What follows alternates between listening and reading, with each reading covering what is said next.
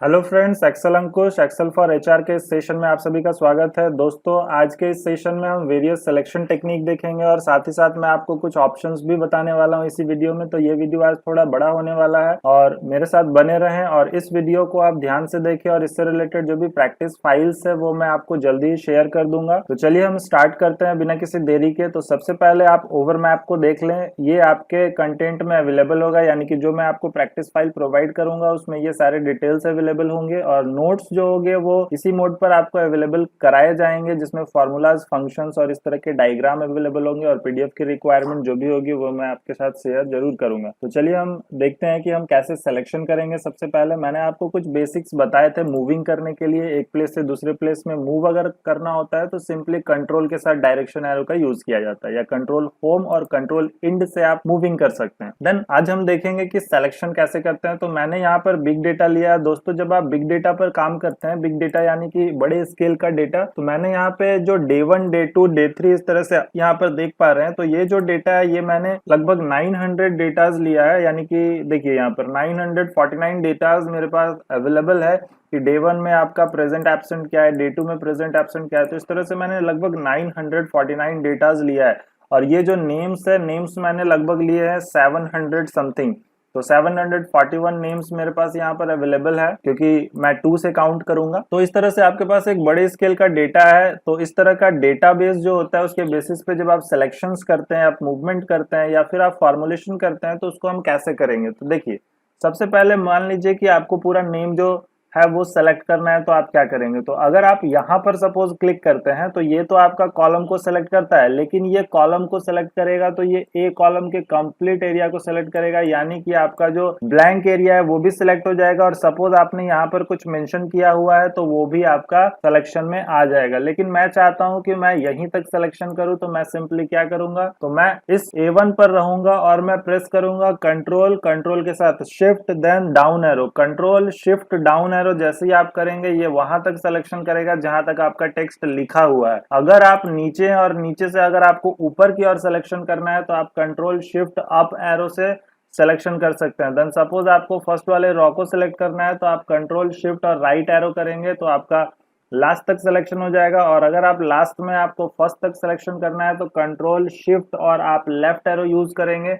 तो इस तरह से दोस्तों आप वेरियस सिलेक्शन टेक्निक सीख सकते हैं, उसको यूज कर सकते हैं। तो शिफ्ट, कंट्रोल और डायरेक्शन, ये आपका स्टार्ट टू एंड किसी भी डायरेक्शन में सिलेक्शन के लिए आपका एक बहुत ही इंपॉर्टेंट फंक्शन होता है, जिसके बेसिस पे आप इजीली सेलेक्ट कर सकते हैं किसी भी डेटा को। ये फॉर्मूला लिखते समय भी आपके काम आने वाला है। तो देखिए हम कैसे फॉर्मुलेशन करेंगे। तो सपोज मान लीजिए कि आपको नीचे डेटा कैलकुलेट करना है, यहाँ पे सपोज मुझे कैलकुलेट करना है तो मैं कोई फंक्शन लगाता हूँ। सपोज इक्वल टू दिया और मैं लिखा यहाँ पे काउंट ए और ब्रैकेट ओपन कर लिया। देन मुझे इस एरिया से एकदम ऊपर वाले एरिया को सिलेक्ट करना है, तो मैं सिंपली यहाँ पर क्लिक करूंगा और मैं प्रेस करूंगा कंट्रोल शिफ्ट और अप एरो। जैसे ही मैं ये ऑप्शन चूज करूंगा तो मेरा डेटा यहाँ तक आ जाएगा और सिंपली मैं क्या करूंगा, इसको थोड़ा सा एडजस्ट कर लूंगा क्योंकि मुझे ये एरिया नहीं चाहिए। तो इस तरह से सिलेक्शन कर लिया और देन मैं इंटर प्रेस कर दूंगा तो आपका जो फॉर्मूला है वो यहाँ पर इस तरह से मेंशन हो जाएगा। तो दोस्तों, काउंट ए जो फंक्शन होता है वो सिंपली नंबर ऑफ सेल्स को काउंट करता है जिस सेल में कोई ना कोई वैल्यू अवेलेबल है। इट मीन्स कि अगर आप किसी सेल को ब्लैंक कर देते हैं तो वो इस सेल को काउंट नहीं करेगा क्योंकि ये आपका पूरी तरह से खाली है। लेकिन अगर आप इसमें स्पेस भी दे देते हैं तो वो काउंट कर लेगा।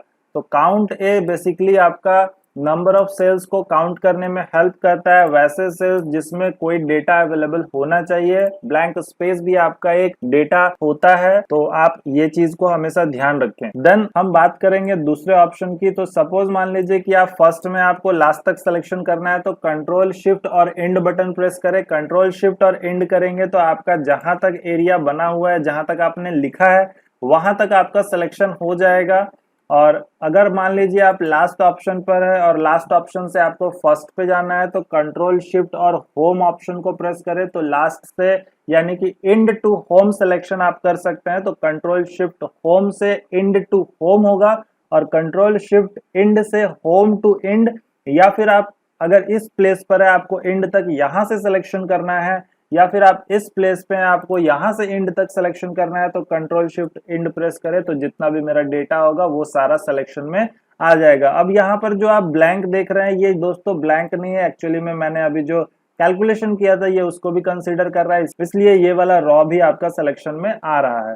तो इस तरह से आप सिलेक्शन टेक्निक यूज करके सिलेक्शन कर सकते हैं, ये बहुत ही इंपॉर्टेंट और बहुत नेसेसरी टॉपिक होता है। देन हम बात करेंगे आपके शिफ्टिंग की। तो शिफ्टिंग की अगर मैं बात करूं तो सपोज डे 5 और डे 6 जो डेटा है वो मुझे डे 1 के पहले जस्ट चाहिए, तो डे 5 और डे 6 का डेटा को मैं इसके जस्ट पहले कैसे लाऊंगा, तो आप बहुत ही सिंपल और इजी वे में समझ लें इसको। तो देखिए, अगर आपका ये जो डेटा है ये डायरेक्टली मुझे डे 1 के पहले चाहिए, आपको डे 5 को पहले शो करना है, तो मैं इसको सिलेक्ट करूंगा। सिलेक्ट करके मैं इसको सिंपली क्या करूंगा, कट कर दूंगा, क्योंकि मुझे यहाँ से इसका प्लेस को हटाना है। कट करने के बाद आप यहाँ पर पेस्ट नहीं करेंगे। जी हाँ दोस्तों, पेस्ट नहीं करेंगे।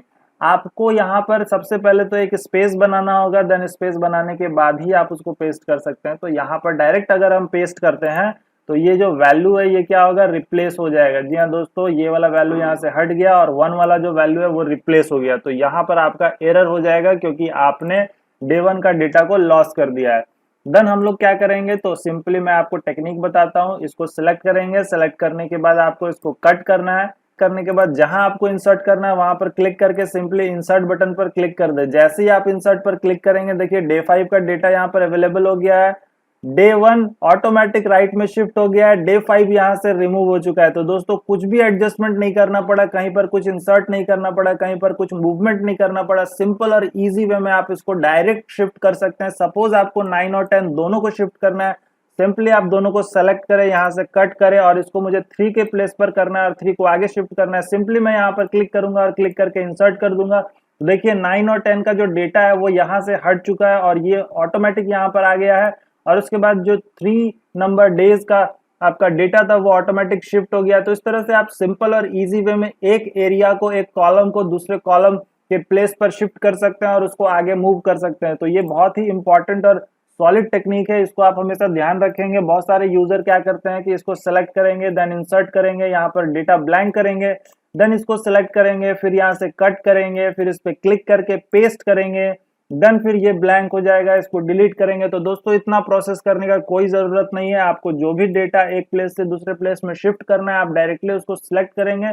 सेलेक्ट करके आपको कट करना है, कट करने के बाद जहां पर भी आपको शिफ्ट करना है आप सेलेक्ट करके सिंपली इंसर्ट बटन पर क्लिक करेंगे। वो ऑटोमेटिक क्या होगा, उस प्लेस से उसको रिमूव करके नेक्स्ट प्लेस पर मूव कर देगा और ऑटोमेटिक इंसर्ट करेगा, ऑटोमेटिक प्लेस करेगा। तो ये बहुत ही सॉलिड टेक्निक है, हमेशा ध्यान रखिए। बिग डेटा में आपका ये बहुत इंपॉर्टेंट और रिलेवेंट पॉइंट है। देन हम बात करेंगे फिल्टराइजेशन की। फिल्टर से आपका क्या होता है कि सपोज मान लीजिए कि आपके पास इतना बड़ा एरिया है, अब आपको फिल्टर करने के लिए हेडिंग को सिलेक्ट करना है। तो सिंपली मैं यहाँ पर क्लिक करूंगा और कंट्रोल शिफ्ट और राइट एरो प्रेस करूंगा, तो ऑटोमेटिक क्या होगा, स्टार्टिंग टू एंड सिलेक्शन हो जाएगा।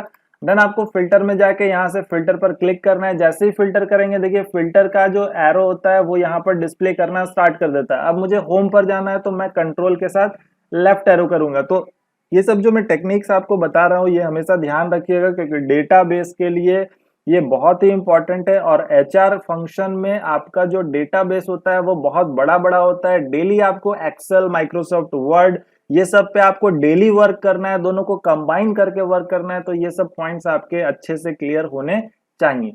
देन आपके पास ये जो फिल्टर मार्क है इसका क्या यूजेस है, तो बहुत सारे लोगों को फिल्टर पता होगा, लेकिन आज मैं आपको वेरियस टेक्निक बताने वाला हूँ फिल्टर से रिलेटेड। दोस्तों जब आप फिल्टर ऐड करते हैं तो सबसे पहला पॉइंट की फिल्टर का मार्क जो होता है इस तरह का आएगा। देन फिल्टर को हटाने के लिए आपको वापस से इसमें जाके क्लियर फिल्टर या फिर फिल्टर पर दोबारा क्लिक करेंगे तो वो आपका रिमूव हो जाएगा। तो इसी का मैं आपको सॉलिड टेक्निक बता दूं कि डायरेक्ट फिल्टर कैसे अप्लाई करेंगे। तो सिलेक्शन करने के लिए कंट्रोल शिफ्ट राइट एरो, आपका हेडिंग सिलेक्ट हो गया, देन कंट्रोल शिफ्ट और एल। जी हाँ दोस्तों, control plus shift plus L, L for lion. तो ये आपका जो सिलेक्शन है, देखिए जैसे ही मैंने कंट्रोल शिफ्ट और एल प्रेस किया ये ऑटोमेटिक आ गया, मुझे कहीं पर भी क्लिक करने की कोई जरूरत नहीं पड़ी। तो दोस्तों ये आपका एक सॉलिड ऑप्शन है जिसके बेसिस पे आप डायरेक्ट फिल्टर मार्क अप्लाई कर सकते हैं कंट्रोल शिफ्ट एल प्रेस करके।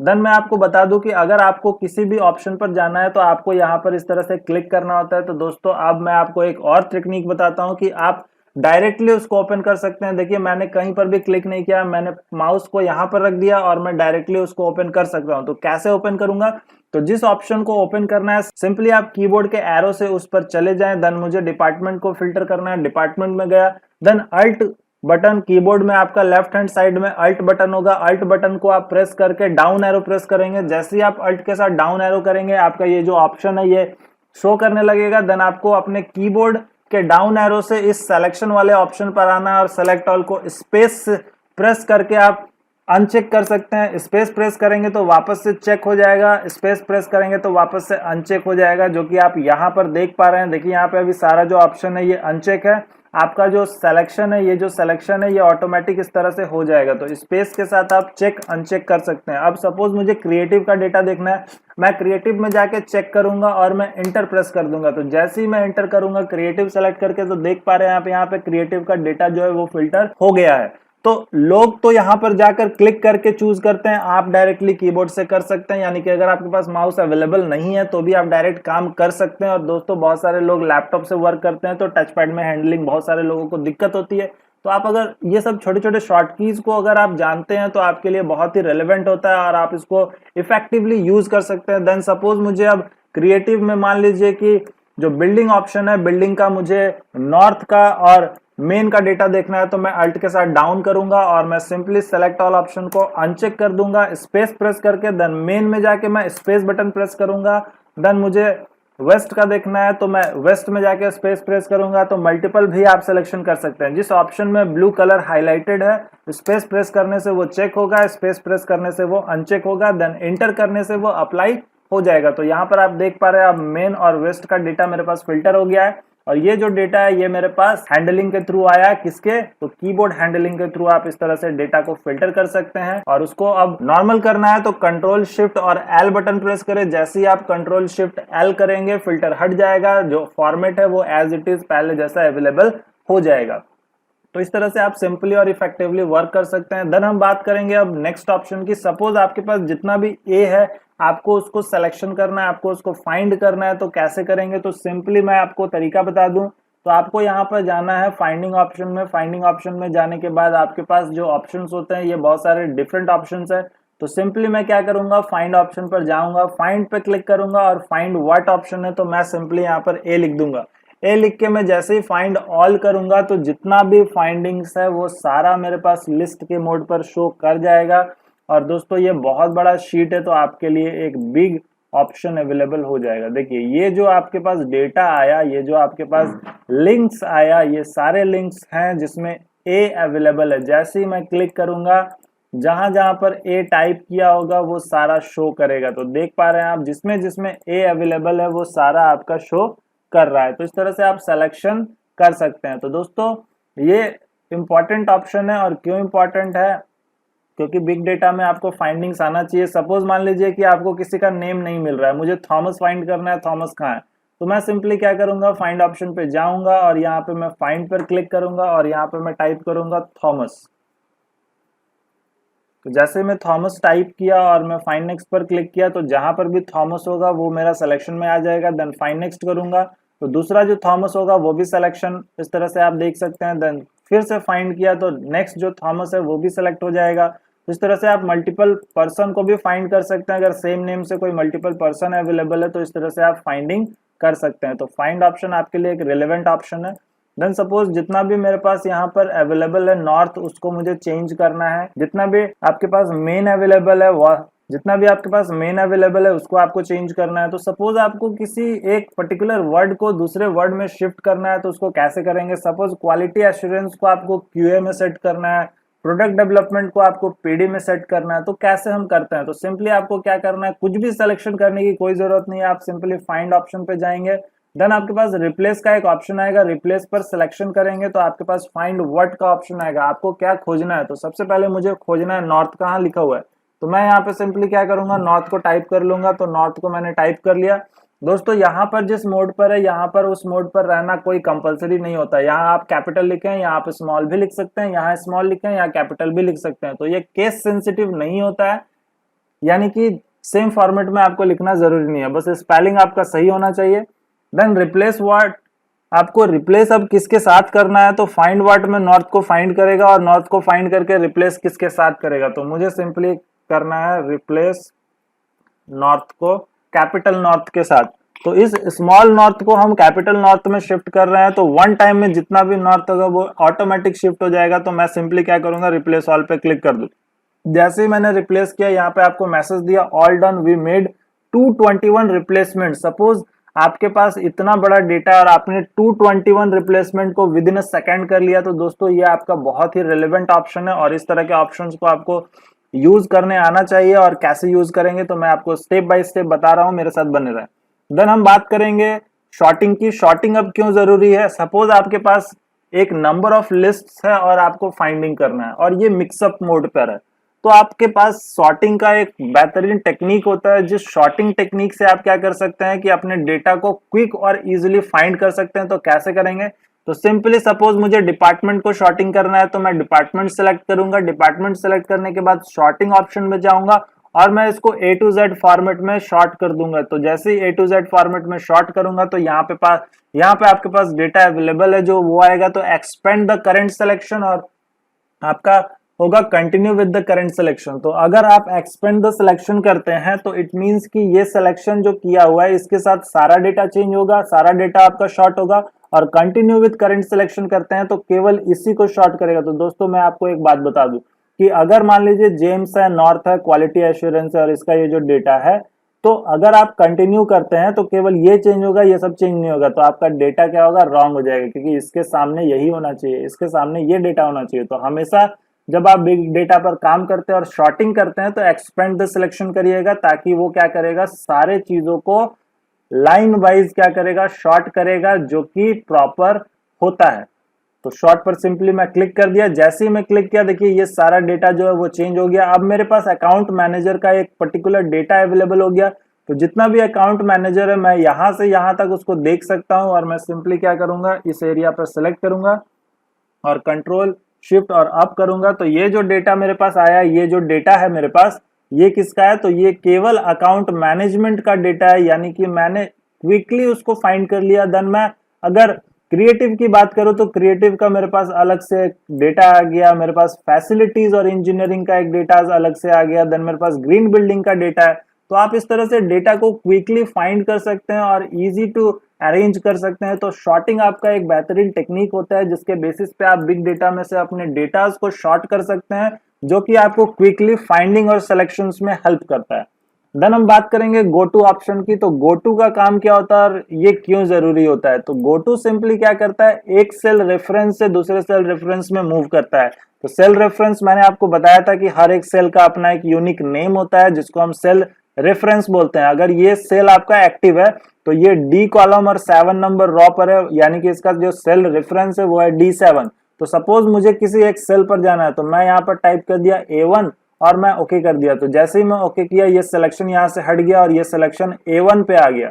तो जो आप ऑप्शन यहाँ से गो टू का यूज कर रहे हैं और यहाँ पर आप सपोज D14 पर जाना चाहते हैं, D14 लिख के ओके कर दिया, तो मैं D14 पर आ गया। तो ये एक सेल से दूसरे सेल पर आपको डायरेक्टली मूव करने में हेल्प करता है। जो काम आप गो टू से यहां पर जाकर करते हैं, उसी काम को आप डायरेक्टली नेम बॉक्स यानी कि इस ऑप्शन की मदद से कर सकते हैं। मैं यहाँ पे A1 टाइप किया, मैं A1 पर आ गया। मैं यहाँ पे XFD और 1 पे टाइप किया, तो मैं XFD 1 पर आ गया, जो कि लास्ट आपका होता है। तो इस तरह से आप एक सेल से दूसरे सेल में डायरेक्टली मूव कर सकते हैं। या तो आप गो टू यूज करें या तो आप नेम बॉक्स यूज करें। देन नेक्स्ट जो ऑप्शन होता है वो गो टू स्पेशल होता है। तो गो टू स्पेशल के बारे में मैं आपको अभी नहीं बता सकता, क्योंकि इसमें बहुत सारे फंक्शंस मुझे अप्लाई करने होंगे। तो आने वाले सेशन में मैं जरूर इसके बारे में बताऊंगा। ये बहुत ही रिलेवेंट टॉपिक है, ये हमेशा ध्यान रखिएगा। चलिए नेक्स्ट हम देखेंगे आपका जो मेन ऑप्शन होता है उसके बारे में हम सीखेंगे। सपोज मान लीजिए कि इसमें मैंने कुछ डिटेल्स ऐड करने हैं और मैं उसको लॉक करना चाहता हूं। तो सिंपली आपको क्या करना है कि उस डेटा को प्रोटेक्ट कर देना है। तो प्रोटेक्ट कैसे करेंगे? तो सिंपली आपको फॉर्मेट में जाना है और फॉर्मेट में जाकर प्रोटेक्ट शीट करना है। प्रोटेक्ट शीट करने के बाद आप सारे ऑप्शंस को हटा देंगे और यहाँ पे मैं टाइप कर दिया 1, देन मैं फिर से 1 टाइप कर दिया। आप पासवर्ड में कुछ भी दे सकते हैं, 1 2 3 4 5, आप नंबर यूज कर सकते हैं, अल्फाबेट यूज कर सकते हैं, जो भी आप यूज करना चाहते हैं वो यूज कर सकते हैं। अब देखिए मैं इस पे सिलेक्शन भी नहीं कर सकता हूं, तो ये आपका पूरी तरह से क्या हो गया, लॉक हो गया। यानी कि कोई यूजर अब इस डेटा के साथ कुछ भी वर्क नहीं कर सकता है, ये 100% लॉक्ड है। तो आप अपने डेटा को अगर किसी को शो करना चाहते हैं, किसी को प्रीव्यू दिखाना चाहते हैं, तो वो इस डेटा को केवल देख सकता है। ये रीड ओनली रह गया है, आप इस पे काम नहीं कर सकते हैं जब तक आपको पासवर्ड नहीं पता है। तो फिर से उसको अनप्रोटेक्ट करेंगे, यानी कि पासवर्ड का रिक्वायरमेंट होगा। अगर आप गलत पासवर्ड डालते हैं तो वो आपका ओपन नहीं करके देगा और ये ब्रेक होने वाला नहीं है। देन आप फिर से पासवर्ड डालेंगे, फिर से इनेबल हो जाएगा, दोबारा से आप उस पर काम कर सकते हैं। देन मैं आपको एक क्विक टेक्निक बता दूं, जब आप कोई भी बिग डेटा पर काम करते हैं तो सिंपली आपको कंट्रोल ए करके बिग डेटा को सेलेक्ट करना है और सिलेक्शन करने के बाद आपको सिंपली क्या करना है, तो आप सिलेक्शन करके फॉर्मेट एज टेबल पर जाएं और फॉर्मेट एज टेबल पर जाने के बाद आपके पास डिफरेंट फॉर्मेटिंग होते हैं, उसमें से कोई भी एक फॉर्मेट अप्लाई कर दें। तो जैसे ही आप कोई भी फॉर्मेट अप्लाई करेंगे तो आपके पास एक ऑप्शन आएगा कि माई टेबल हैज हेडर। ये ऑप्शन तब चेक करना है आपको जब आपने हेडिंग्स लिख रखे हैं। जैसे मैंने हेडिंग यहाँ पर लिख रखे हैं एम्प्लॉय नेम, बिल्डिंग, और मैं आपको बता दूं कि डेटाबेस जब हम लोग पढ़ेंगे तो इसको मैं बनाना भी बताऊंगा पूरा स्टेप बाय स्टेप कि हम इस तरह के डेटाबेस को कैसे बनाते हैं। दोस्तों डेटाबेस सिंपली कुछ भी नहीं होता है। लोग डेटाबेस डेटाबेस करते हैं कि डेटाबेस मुझे पढ़ना है, डेटाबेस क्या होता है। तो सिंपली डेटाबेस कुछ भी नहीं है। डेटाबेस आपका सिंपल सा एक टेबुलर स्ट्रक्चर होता है जिसमें कुछ डिटेल्स लिखे होते हैं। तो मैं आपको स्टेप बाय स्टेप आने वाले सेशन में जरूर इसके बारे में बताऊंगा। चलिए देखिए, यहाँ पर जो आपका माई टेबल एज हेडर है, यानी कि ये जो हेडिंग्स है, ये जो आपने ऊपर में हेडिंग दिए हुए हैं, ये अगर आपके टेबल एरिया पर अवेलेबल है जिसको आपने सिलेक्शन किया है तो माई टेबल हैज हेडर पर क्लिक रहेगा। अगर आपने हेडिंग नहीं लिखा है तो माई टेबल हैज हेडर पर क्लिक नहीं रहेगा। देन ओके कर देंगे तो देखिए ये आपका एक फॉर्मेटिंग में अरेंज कर दिया। अब इसका बेनिफिट समझिएगा, जैसे ही आप टेबल पर अरेंज कर लेते हैं डेटा को, मैं ये फाइल आपको दूंगा प्रैक्टिस के लिए और इसी पर आपको प्रैक्टिस करना है। जैसे जैसे मैं ऑप्शंस बता रहा हूँ वो सारे ऑप्शंस को आप यूज करेंगे। कोई भी डाउट होगा तो आप मुझसे जरूर डिस्कस करेंगे। देखिए जैसे ही मैंने फॉर्मेट एज टेबल अप्लाई किया तो यहाँ पर आप देख पा रहे हैं कि एक कलरफुल डिजाइन आ गया। दूसरा, यहाँ पर फिल्टर ऑटोमेटिक आ गया। तीसरा, जैसे ही आपने इसको अप्लाई किया आपके पास एक डिजाइन का ऑप्शन आया। तो डिजाइन ऑप्शन क्यों खुला है, तो डिजाइन ऑप्शन इसके डिजाइनिंग चेंज करने के लिए खुला है। जैसे कि अगर आपको कोई कलर चेंज करना है, अगर आपको डिजाइन चेंज करना है तो आप यहाँ से उसको सिंपली चेंजेस कर सकते हैं। देन आपके पास कुछ इंपॉर्टेंट ऑप्शंस होते हैं जिसके बेसिस पे आप सीखेंगे आज की कैसे इवैल्यूएशन होता है। देखिए मैं आपको इजी एक चीज बताता हूँ। जब आप स्क्रॉल कर रहे हैं नीचे, मैं स्क्रॉल कर रहा हूँ नीचे, तो आप देख पा रहे हैं कि ये जो डेटा है ये देखिए मूव नहीं कर रहा है, ये अपने प्लेस पर फिक्स हो गया है। जी हाँ दोस्तों, ये अपने प्लेस पर फिक्स हो गया है। जैसे ही आप स्क्रॉल कर रहे हैं देखिए ये मूव नहीं कर रहा है। मैं सिंपली क्या करता हूँ, फॉर्मेट एज टेबल को हटा देता हूँ। जब मैं फॉर्मेटेड टेबल हटा दिया हूं तो देखिए जब मैं स्क्रॉल कर रहा हूं तो यहाँ पर मेरे पास कोई भी डेटा अवेलेबल नहीं है, यानी कि हेडिंग्स नहीं है। अब मैंने पूछ दिया बीच में जाके कि ये भाई बता दीजिए मुझे कि कौन से डे का इंफॉर्मेशन है, तो आप बताइए कौन से डे का इंफॉर्मेशन है।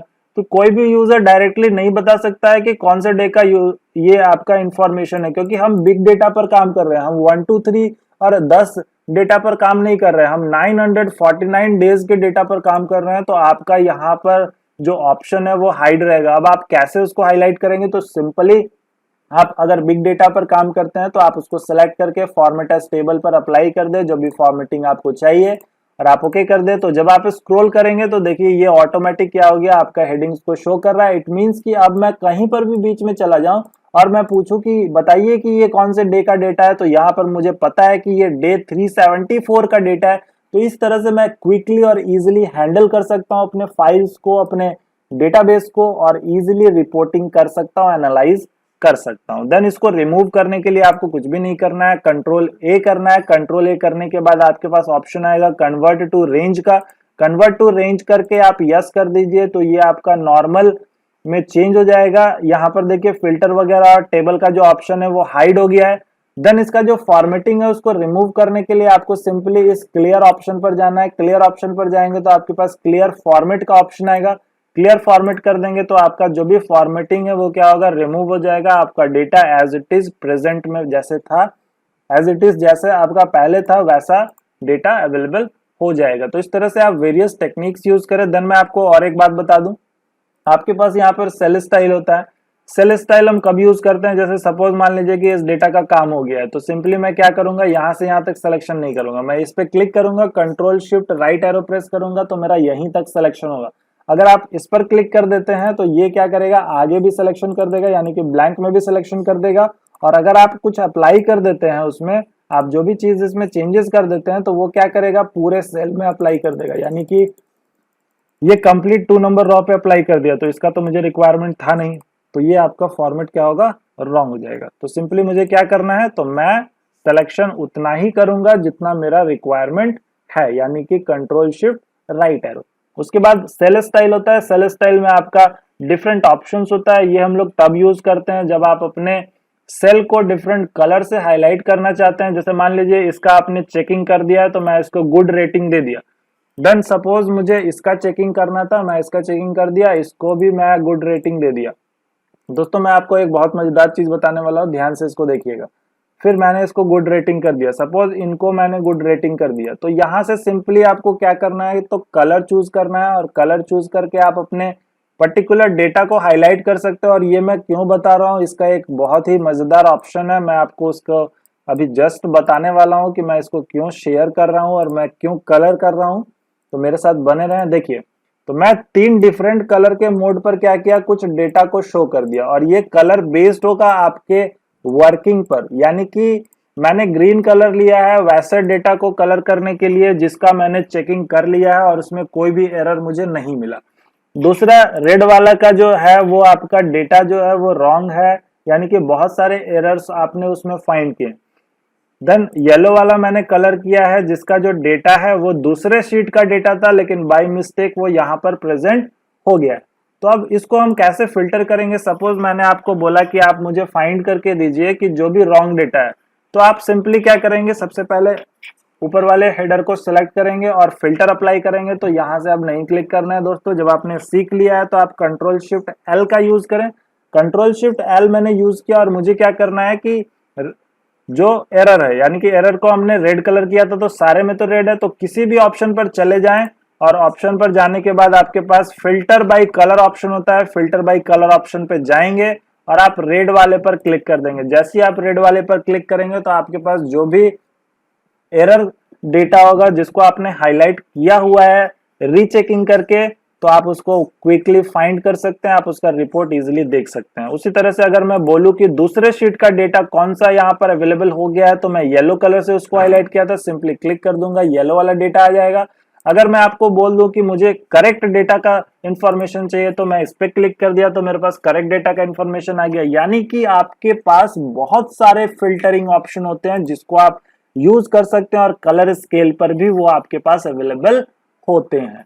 तो इस तरह से आप यूज करें और सारे ऑप्शंस को देखें, समझें, और इससे रिलेटेड अगर आपको कोई भी डाउट होता है तो आप मुझसे जरूर डिस्कस करें। आपको फॉर्मेट एज टेबल यूज करना है, आपको सेल स्टाइल यूज करना है, आपको इंसर्ट डिलीट यूज करना है, आपको प्रोटेक्ट शीट का यूज करना है, टैब कलर मैंने आपको बताया था, टैब कलर यूज करिए। देन मैंने आपको ऑटो फिट वगैरह के बारे में बताया, मैंने क्लियर फॉर्मेट के बारे में बताया, शॉर्ट एंड फिल्टर के बारे में बताया, फाइंडिंग से रिलेटेड कुछ ऑप्शंस बताए। तो जो जो ऑप्शंस मैंने आपके साथ डिस्कस किए हैं, फॉर्मूलाज और फंक्शंस, वो सारे ऑप्शंस को आप डिस्कस करें। ये फाइल आपको मेल कर दी जाएगी, और आपको उससे रिलेटेड कोई भी डाउट होता है तो आप मुझसे शेयर करें, डिस्कस करें। डेली डिस्कशन व्हाट्सएप पे अवेलेबल है, आप कॉल करके मुझसे पूछ सकते हैं। तो thank you very much, happy learning.